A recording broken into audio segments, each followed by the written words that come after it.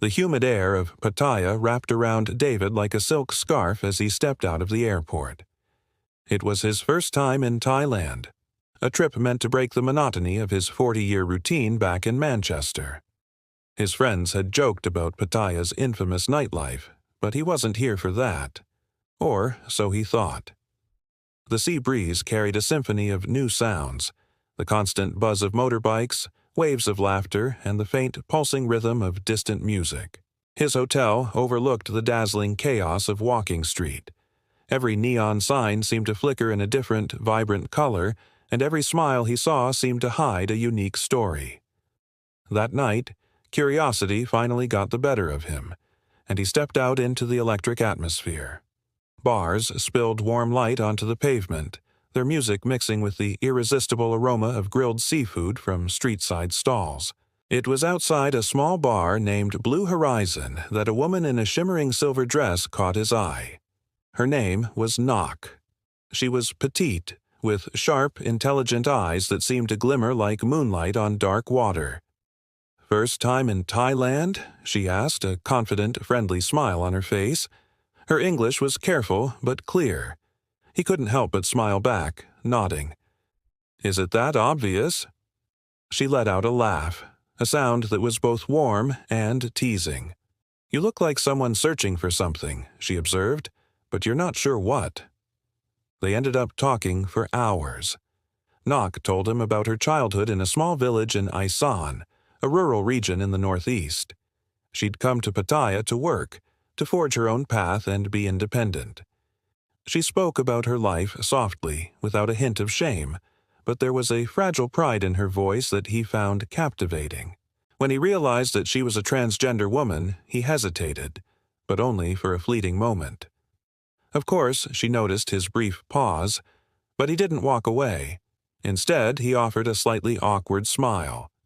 "You're still the most interesting person I've met in a long time," he said honestly. That line made her laugh again, and the brief tension vanished. Over the next few days, David found himself drawn back to the Blue Horizon every single evening. Sometimes they'd share dinner right on the beach, sitting on plastic chairs, enjoying spicy papaya salad and cold beer. She shared stories of growing up in poverty, of saving every baht she could to support her younger brother's education. She told him about her dream, to one day open her own small beauty salon. He listened, really listened, and felt a part of him that had long been dormant begin to soften and awaken. One evening, a sudden tropical rainstorm swept over Pattaya. They ran for cover, finding refuge under an awning in a narrow alley, their clothes damp, their laughter echoing over the distant rumbles of thunder. The rain blurred the neon lights into watercolor streaks of red, blue, and gold. In that moment, she looked at him, her expression turning serious. "You don't have to come back every night, you know," she said gently. "You're a kind man, but maybe you're just being polite." He shook his head without hesitation. "Nok, I come back because I want to." In that simple exchange, something shifted. An invisible thread between them tightened, pulling them closer. In the weeks that followed, they were inseparable. They explored the floating market, shared countless plates of street food, and watched spectacular sunsets from the pier. Nok taught him common Thai phrases, and he, in turn, taught her silly British idioms that made her laugh. The local vendors and shopkeepers started to recognize them, good-naturedly calling them the Farang and his lady. For David, the overwhelming noise of Pattaya began to fade into the background, replaced by the quiet, steady warmth of her presence.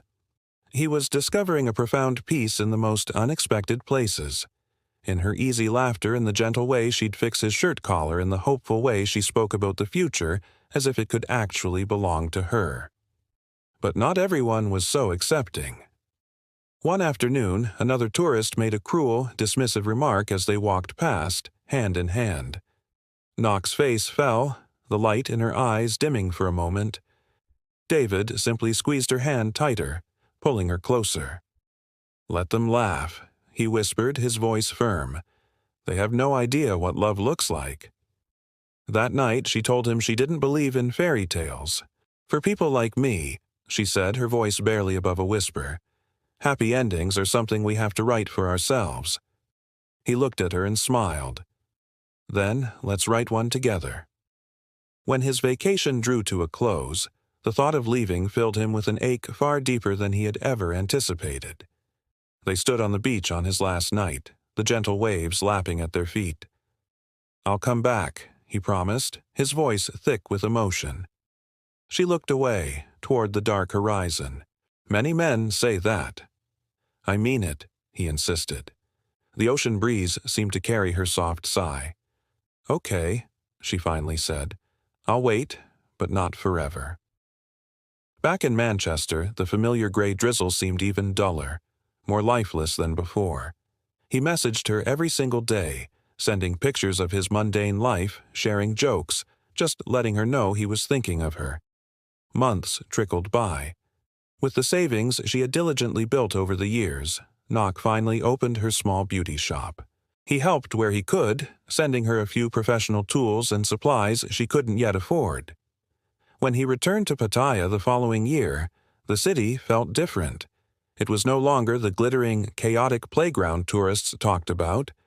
It was the place where his heart had learned to beat again. He found her at her shop, a vibrant little space filled with color and the sound of happy chatter. Her hair was shorter, and she radiated a new, stronger confidence. When she looked up and saw him standing in the doorway, her eyes widened in disbelief. "You came back," she said softly. "I told you I would." She ran into his arms, and for a long time, neither of them spoke. They just held each other. The world outside carried on with its usual hum, the motorbikes, the laughter, the distant pulse of nightlife, but in that small room, everything was perfectly still. That evening, they walked along Beach Road, hand in hand once again. He told her he wanted to stay longer this time, maybe even rent a small apartment. "Are you sure?" she asked, searching his eyes. "This life, it is not easy. I am not easy." He smiled, his heart full. No love worth having ever is. Months turned into a year. They built a quiet, beautiful life together. Their days started with trips to the morning market and ended with watching sunsets over the sea. She ran her bustling salon, and he helped with the accounts, learning to speak Thai slowly but proudly. Sometimes people still stared. Sometimes the world still showed its cruel side. But every night, when they locked up the shop and walked home beneath the familiar humming neon signs, she would rest her head on his shoulder and he'd whisper, "We did it, Nock. We wrote our own happy ending." And she would smile, a genuine, peaceful smile, knowing that for once it was true. Thank you so much for watching our story today. If it touched your heart, please consider liking this video and subscribing to our channel for more stories that celebrate love in all its forms. We'll see you in the next one.